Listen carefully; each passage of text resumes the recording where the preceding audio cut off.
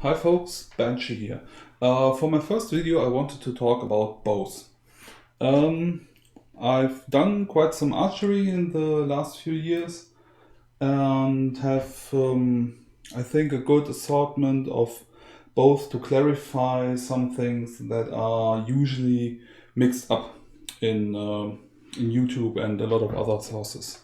So to start with it, a modern recurve, takedown recurve bow, like shot in the Olympics, only without the stabilizers inside at the moment because they only would be in the way. Takedown meaning you can disassemble the two limbs, the parts to generate the power, from the riser, the center of the bow where everything is attached to. And this shape of bow is good to explain the basic forms.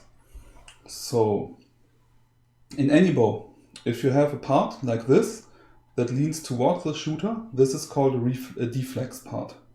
A deflex part is normally used if the bow wood can stand high draw length without breaking. So by deflexing it, meaning without any power, always already leaning it toward the shooter, it's easier on the wood to get the desired draw length. And this part that curves away is a reflex. It's the opposite. It can be used if you, especially using composite materials which can generate a lot of power and can tolerate a lot of movement without breaking. And these should not be mixed up with recurve, because this shape is a reflex. The recurve is mainly meaning that the bow has a string rest on the limb, like this. Without a string rest, it's not a recurve, even if it has this shape. So this is, again, deflex towards the shooter, reflex away from the shooter. Deflex meaning less power in the bow, reflex more power in the bow. So, to show you the difference between a proper recurve bow and a sort of recurve bow, I have here, borrowed from a friend, a Roman bow made by Jabba Groza. And this, at first glance, looks like a recurve, but it is not a recurve because it's missing a string rest. The string just simply touches the sides here of the limb, which does not do anything because it still can move. And also the reflex looking part of the bow, if it's unstrung, it's away from the shooter, is not a really reflex also because it's simply made of wood that does not bend. All the power of this bow comes from this curve. If I string it, you can see the last bit just moves but does not flex, meaning does not generate any power. In contrast, a proper recurve is this. This is a traditional Korean recurve bow, very similar to any horse archery recurve bow used in a lot of Eastern countries. And these bows all have string rests, this black pad here. It forces the string to bend around it and therefore shortening it on the last bit of the power stroke and giving the arrow more acceleration. And also, if I string this bow, you can see that even the last bit on the bow bends and is generating power. So here, in this bow, basically from here on until this part, everything of this bow is generating power. This can even better be seen on a modern recurve because the middle part, the riser, does not flex. So the limbs, in this case made of foam and carbon, have to do more work than normal and can be seen better. These modern bows have to always be strung with a bowstringer, because the very flat in profile modern limbs can't tolerate lateral movement, and if you string them over your legs, like a lot of people do with traditional bows, you will bend your limbs and the bow will lose accuracy. So this is modern bow. When I string it, you can see very clear the motion on the top end that's generating the power.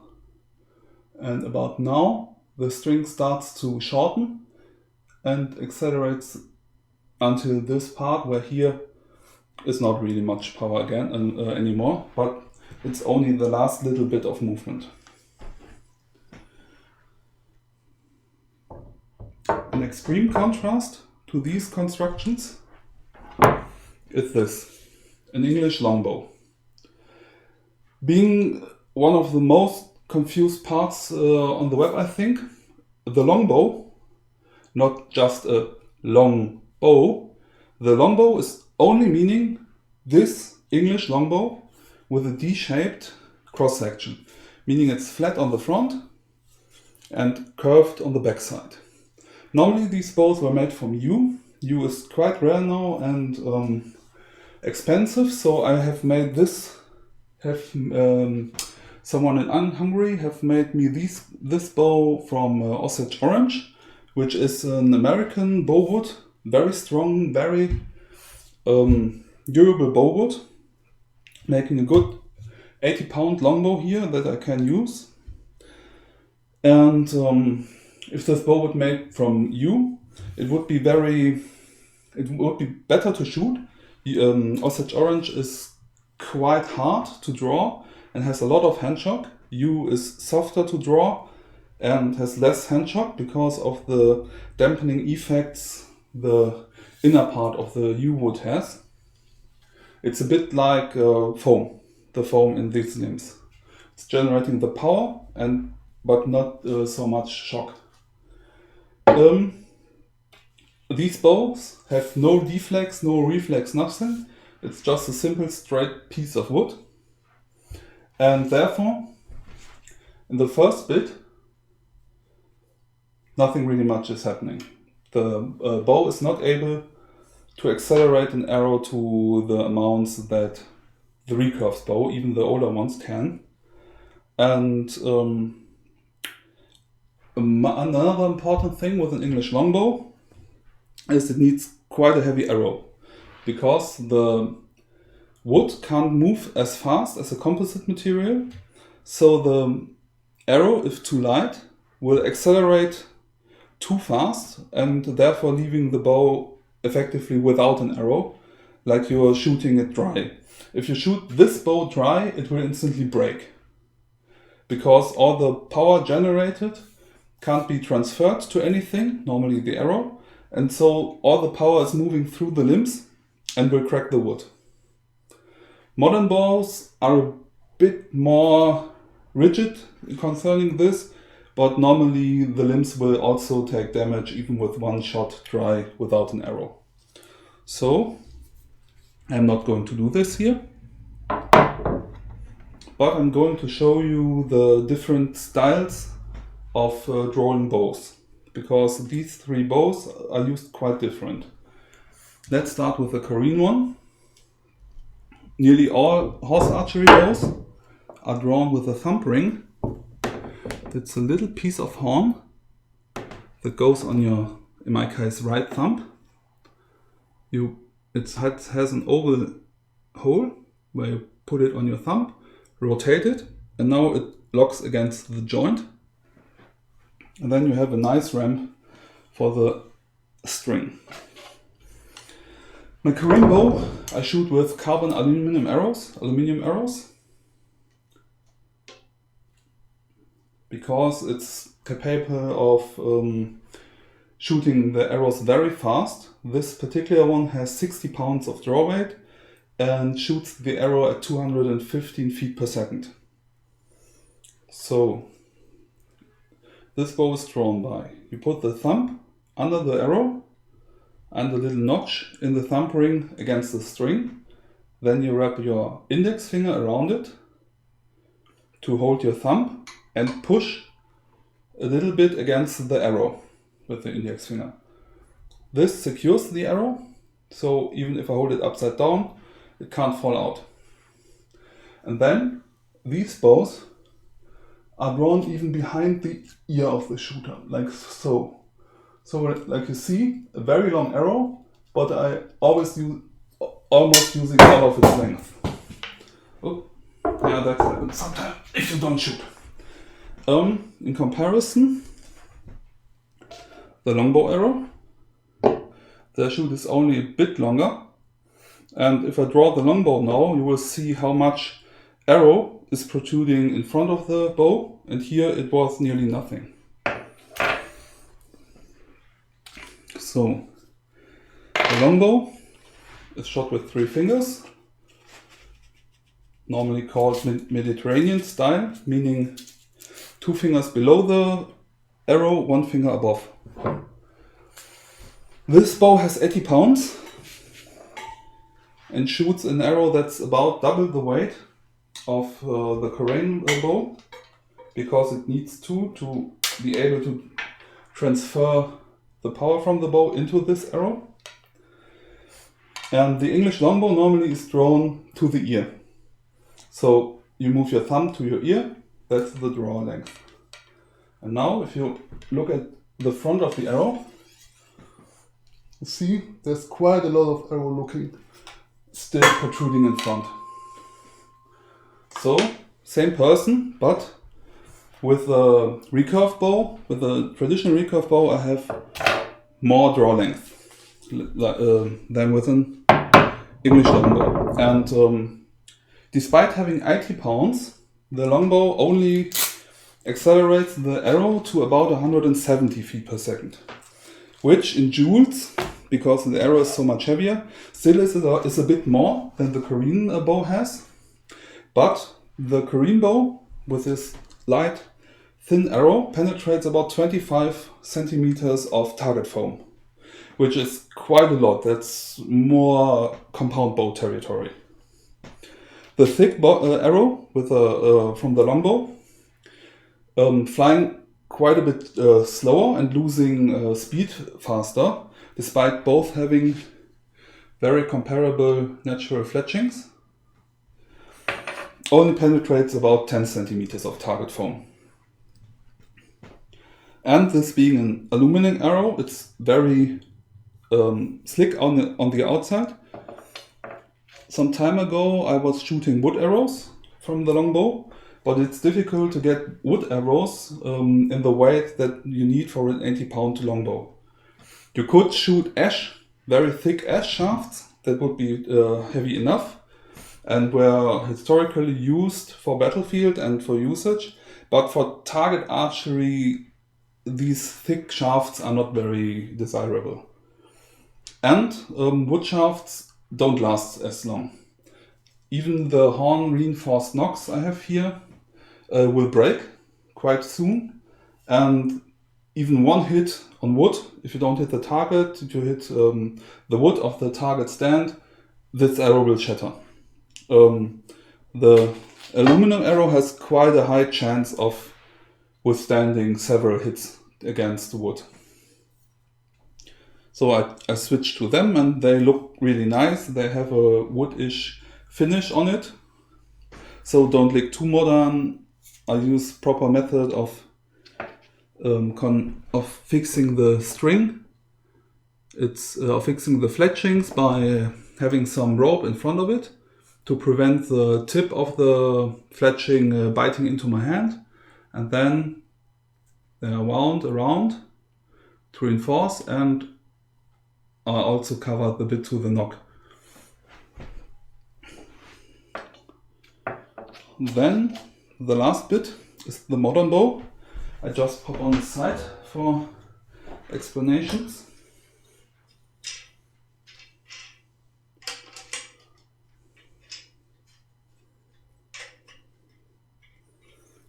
Okay, side is mounted. So these bows are not really held tight with your left hand. You use a sling that goes around your bow hand to prevent it from falling out of your hand. Because when you shoot, you have your hand open to minimize warpage of the bow. Because when you grip it, really, you can pull the bow left or right or turn it a bit, and this will hurt accuracy. With the modern bow, I shoot aluminum arrows, normally indoors, and carbon aluminum arrows outdoors because they are thinner and have lower drag. Even indoors I use natural fletchings because they stabilize the arrow very fast, and outdoors small plastic fletchings which have less drag so the arrow can fly faster for a long distance. Also, on a modern bow you have a bow window that is cut out here. It's the only bow, despite compounds, where you have the arrow basically straight through the bow. On all traditional bows the arrow has to go around it. It's not 100% straight because that would make the arrow a bit inaccurate, but nearly. So also you use something called a tab. Gloves are not allowed in FITA archery. And it also have an anchor point because it's important for the sight. If you look at the sight here, it is only this little see-through with a red point, and it has not like a rifle or pistol, has no rear and front sight, it has only one side.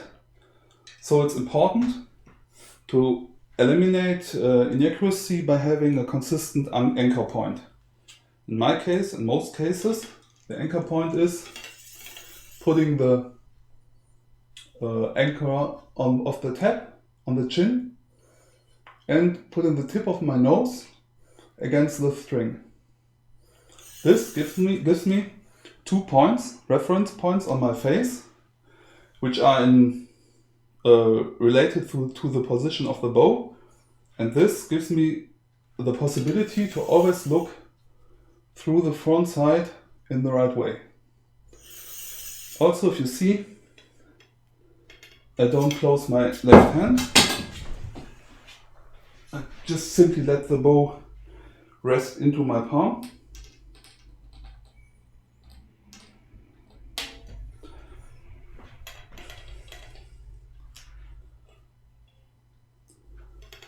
And this bow has 44 pounds, so it's the lightest of all my bows because it's better to aim it accurately. Holding a 80-pound longbow for several seconds to aim is a very bad idea.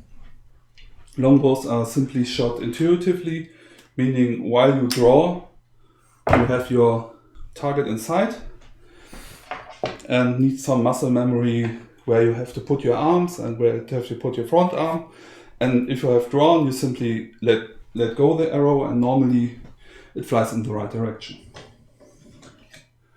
One last part that I want to clarify is the difference between a compound bow and a composite bow and a self bow.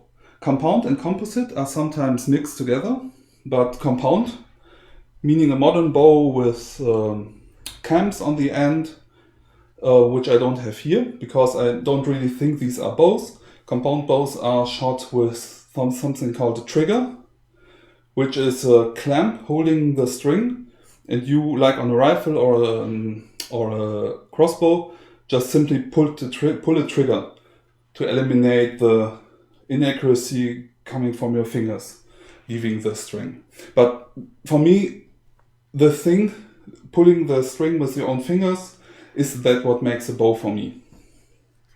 And a composite bow is a bow like this, made of different materials. Traditionally it was wood, sinew on the outside and horn on the inside. Sinew giving the bow the strength to withstand the pulling forces, and the horn inside giving the bow the strength for the compression, and having the possibility to explosively regain the compressed power in the compression into the arrow. And this one is modern. It's made from wood and carbon. Carbon here also making on the inside the job of the horn, and on the outside the job of the sinew, which makes for a very light, durable bow. And a self bow is basically this, where the bow is made of one piece of wood, and the wood itself having all properties you need in a bow. With a yew tree, this is seen very good. You have an darker outside wood, which is very hard and can withstand the stretch on the outside. And the core wood is lighter and can withstand the compression and also transfer the arrow, the force to the arrow, like the foam on a modern bow. One last thing is a laminated bow. Even the composite bows also being laminated, but the normal laminated bow is a cheap way to get around the weakness of cheap woods. Osage is one of the few woods that can be used for a self bow. And if you were building a longbow, a low-cost longbow with low draw weight, a lot of people use 2 or 3 different layers of wood with different properties to compensate the weaknesses of these cheap woods. The problem is, if you have a high pound draw weight on a laminated bow, the chances the lamination goes apart during the forces of the shot is very high. Before this, I had a laminated bow with 70 pounds, and I thought about the 50th shot or so, it just shattered apart because the lamination could not stand the forces. Yeah, I think these were the most important parts. Being important for me is to clarify that a reflex, again being the part going away, and a recurve is a different thing. Not everything that looks like this or looks like this is a recurve bow. It's a reflex bow, but not recurve. And not everything that's about the height of the shooter or a bit more is a longbow. It's only a long bow, but not a longbow. A longbow meaning English longbow in exactly, but the English in the time just called it longbow. All bows that are traditional bows or hunting bows that are long and not recurved, but don't have the D-shaped cross section, are simply traditional bows or hunting bows or flat bows.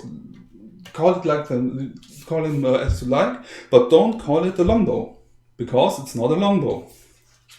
It's like calling some Chinese car a Mercedes just because it has this 3-pointed star on the front.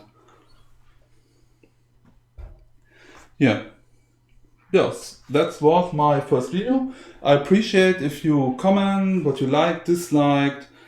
It's quite unusual for me to talk quite this much in English because I'm naturally a German speaker.